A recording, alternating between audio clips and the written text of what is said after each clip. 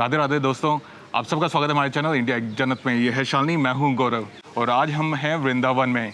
वृंदावन में हम जाएंगे, अलग अलग मंदिरों में दर्शन करेंगे और आपको भी करवाएंगे। घर बैठ के आप ले सकते हैं मंदिरों का आनंद। और आज हमारे साथ में हैं आशु जी। राधे राधे। आशु जी हमें घुमाने वाले हैं वृंदावन। सबसे पहले हम चलेंगे अभी निधिवन में, जहाँ भगवान आज भी रासलीला करने के लिए आते हैं। उसके बाद में आपको यमुना जी केसरी घाट से आरती कराएंगे यमुना जी की, और फिर मीराबाई जी मंदिर दर्शन करेंगे। तो शुरू करते हैं अपना सफर वृंदावन का।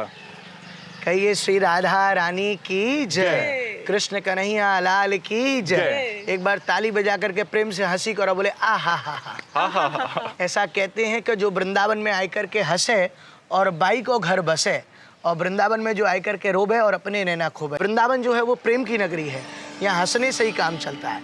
कहिए श्री राधा रानी की जय।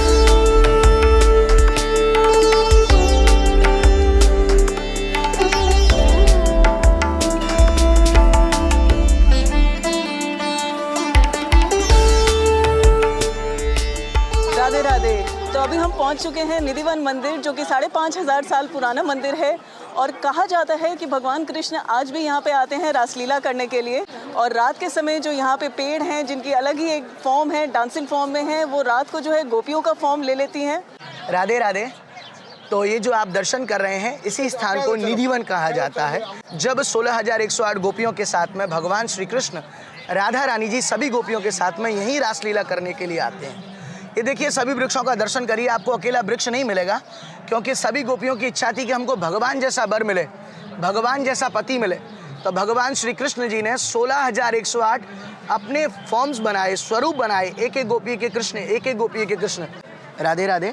और ये देखिए, अभी आपको दर्शन करा रहे हैं, ये विशाखा कुंड है, जो कि भगवान श्री कृष्ण की जो दो मुख्य सखी हैं, ठाकुर जी की प्रिय सखी ललिता सखी, श्री राधा रानी जी की प्रिय सखी जो है वो विशाखा सखी हैं। जब भगवान यहाँ रासलीला कर रहे थे तो विशाखा सखी को पानी की प्यास लगी। उन्होंने श्री प्रिया जी यानी राधा रानी जी से कहा कि हमको पानी की प्यास लगी है, पानी दो। तो श्री राधा रानी ने कहा यमुना जी पास में है, आप जल पी करके आओ। तो उन्होंने कहा, बोले रात के समय हम जा नहीं सकते, कंस का पहरा है। तो श्री राधा रानी जी ने अपने कंगन के स्पर्श मात्र से कूप का प्राकट्य किया है, तभी से इस कुंड को बोला जाता है विशाखा कुंड। कहिए श्री विशाखा कुंड की जय। तो अभी आपको दर्शन कराते हैं उस स्थान का, जहाँ पे बांके बिहारी जी का जो विग्रह है प्रकट हुआ। ये वही स्थान है जहाँ स्वामी हरदास जी, जो संगीत के सम्राट हुए, तानसेन बैजू बाबरा के गुरुजी, वो यहीं बैठ करके भजन किया करते थे। भजन के बाद में उनको स्वप्न आया कि जिस जगह आप भजन करते हैं उसी के नीचे हमारा विग्रह है। तो इस जगह की जब खुदाई कराई गई तो श्री बांके बिहारी जी जो वृंदावन का मेन मंदिर है, उस विग्रह का, जो ठाकुर जी का विग्रह है, वो यहीं से प्रकट हुआ है। वो ऐसा विग्रह है स्वयंभू, वो विग्रह को किसी हैमर और हैंड से नहीं बनाया गया है। ये देखिए, आपने ऐसे वृक्ष नहीं देखे होंगे जिनकी डाल बिल्कुल सूखी हैं और पत्ते बिल्कुल हरे मिलेंगे। कहते हैं कि वृंदावन के वृक्ष को मरम न जाने कोई, यहाँ डाल डाल और पात पात पे राधे राधे होए। तो मतलब इन वृक्षों को ना तो पानी की जरूरत है, ना कोई, ना ये घटते हैं ना बढ़ते हैं। क्योंकि जब भगवान श्री कृष्ण आ रहे थे तो गोपियों ने कहा, बोले ठाकुर जी हमको साथ नहीं ले जाओगे? ठाकुर जी ने कहा, ले तो जाएंगे पर एक शर्त है। बोले क्या? कि बोले आपको दिन में वृक्ष बनना पड़ेगा, रात को गोपी।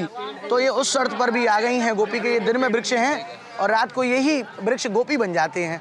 आगे चल के रंग महल का दर्शन करेंगे। निधिवन के अंदर मंदिर है जिसका नाम है रंग महल, और जहाँ पे कहते हैं कि कृष्ण भगवान आज भी आते हैं राधा रानी का श्रृंगार करने के लिए।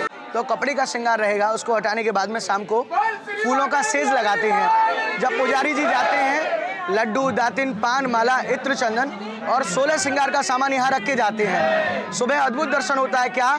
लड्डू टूटा हुआ, दातुन की हुई, पान चबा हुआ, और जो श्रृंगार का सामान रखे जाते हैं वो सब कुछ यूज किया हुआ मिलता है। ऐसा दर्शन सुबह मंगला में मिलता है। कहते हैं जो करे मंगला और कभी नहीं हो कंगला, मंगल मुखी और सदा सुखी। कहिए श्री राधा रानी की जय।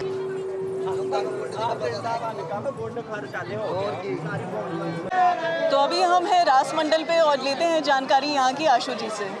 ये जो आप देख रहे हैं, ये सिंहासन है। श्री ठाकुर जी, राधा रानी जी यहीं पर आज भी रात्रि को आकर के विराजते हैं।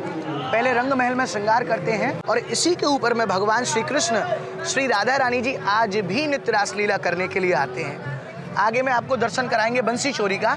ये ऐसा दर्शन आपने कहीं नहीं किया होगा पूरे संसार में, जहाँ श्री राधा रानी जी बंसी बजा रही हैं। आप अंदर में दर्शन करेंगे। दो सखी हैं, ललिता और विशाखा। बीच में श्री राधा रानी जी भगवान श्री कृष्ण जी की बंसी चोरी करके बंसी बजा रही हैं, तभी से श्री राधा रानी जी का नाम पड़ा है बंसी चोरी राधा रानी। कहिए श्री बंसी चोरी राधा रानी की जय। ये देखिए, इसी प्रकार भगवान श्री कृष्ण आज भी नित्य रासलीला करने के लिए आते हैं। एक एक गोपी के कृष्ण, एक एक गोपी के कृष्ण। 16,108 स्वरूप बनाए भगवान श्री कृष्ण जी ने, और यहाँ रासलीला इसी प्रकार करते हैं। देखिए, माखन की चोरी कर रहे हैं भगवान के यहाँ, जबकि 9 लाख गायें हैं, उनके यहाँ पर्याप्त दूध दही माखन है, तो भी वो माखन की चोरी करते हैं। क्यों? क्योंकि गोपियों की मनोकामना पूर्ण करने के लिए भगवान माखन चोर भी कहलवाते हैं, क्योंकि गोपियाँ अंदर से तो चाहती हैं कि भगवान मेरे यहाँ चोरी करने के लिए आए, तो भगवान तो अंतर्यामी हैं, उनकी मनोकामना पूर्ण करने के लिए माखन की चोरी करते हैं। कहिए श्री माखन चोर भगवान की जय। तो हमारे जो है बहुत अच्छे दर्शन हो गए निधिवन मंदिर में, और आशु जी से हमें बहुत ही अच्छी जानकारी मिली यहाँ की रासलीला के बारे में। और अभी हम जाने लगे हैं यमुना आरती अटेंड करने के लिए केशी घाट। तो बोलो राधे राधे, राधे राधे।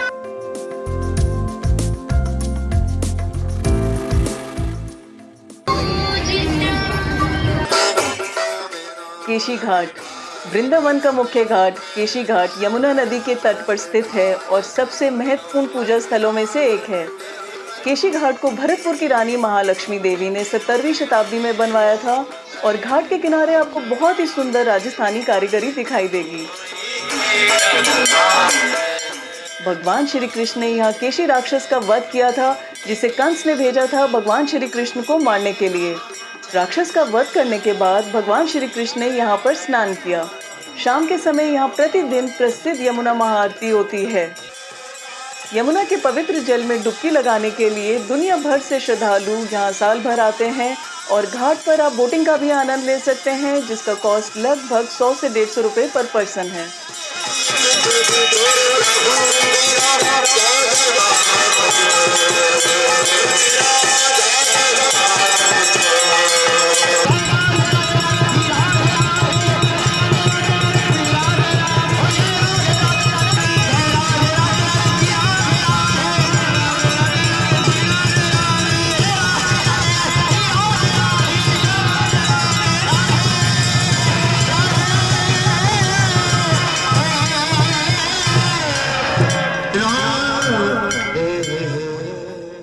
आज जो हमने यमुना आरती अटेंड की केशी घाट पे, उसका जो आनंद आया कुछ शब्दों में बयान करना भी मुश्किल है। सो फ्रेंड्स, आई होप आपको वीडियो अच्छा लगा होगा अभी तक, और आप भी उतना ही आनंद ले पा रहे हैं जितना हम एंजॉय कर रहे हैं। और अगर वीडियो अच्छा लगा है तो please click the like button, और अभी आपको लेके चलते हैं और दर्शन कराते हैं मीराबाई के मंदिर।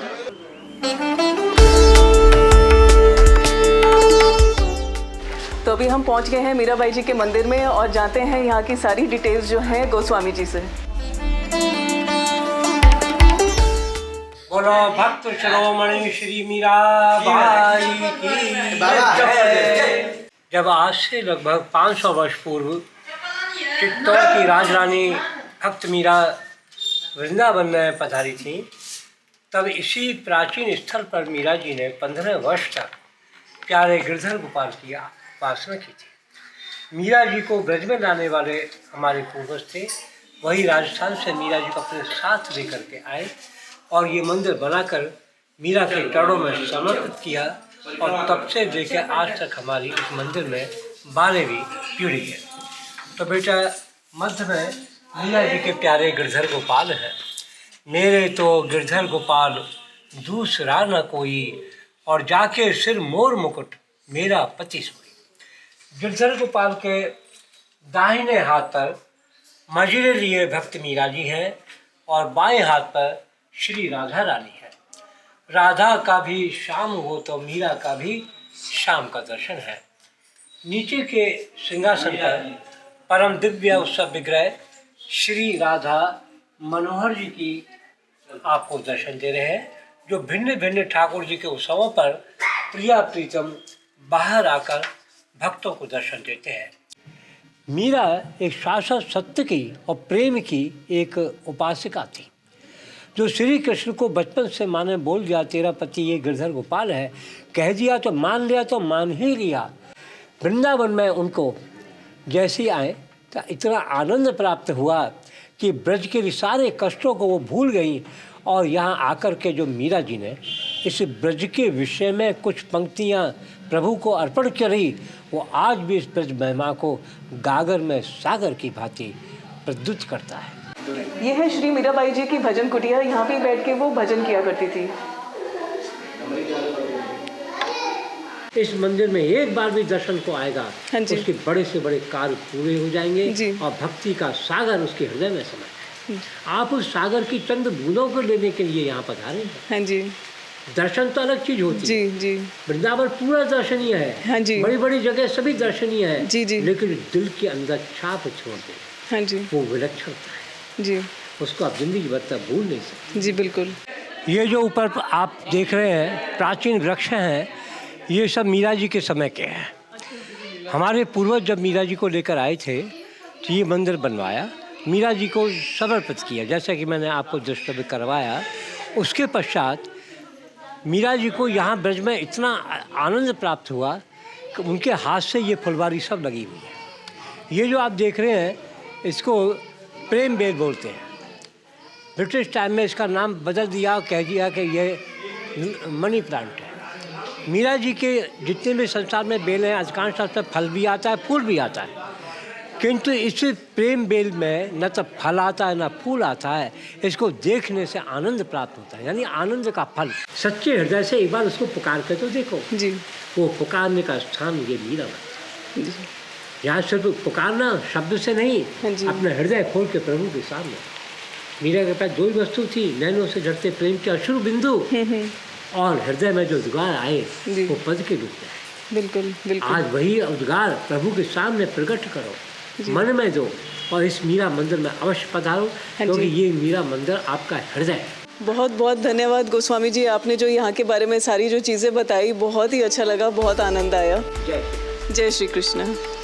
सो फ्रेंड्स, आई होप आपने भी उतना ही आनंद लिया जितना हमने लिया यहाँ पे आके। और यहीं पे आज ख़त्म करते हैं हम आज का दिन। तो मिलते हैं आप सबके साथ अपने अगले वीडियो में। और अगर वीडियो अच्छा लगा हो तो लाइक भी कीजिए और शेयर भी कीजिए। तो बने रहिए हमारे साथ इंडिया एक जन्नत के साथ और बोलिए राधे राधे।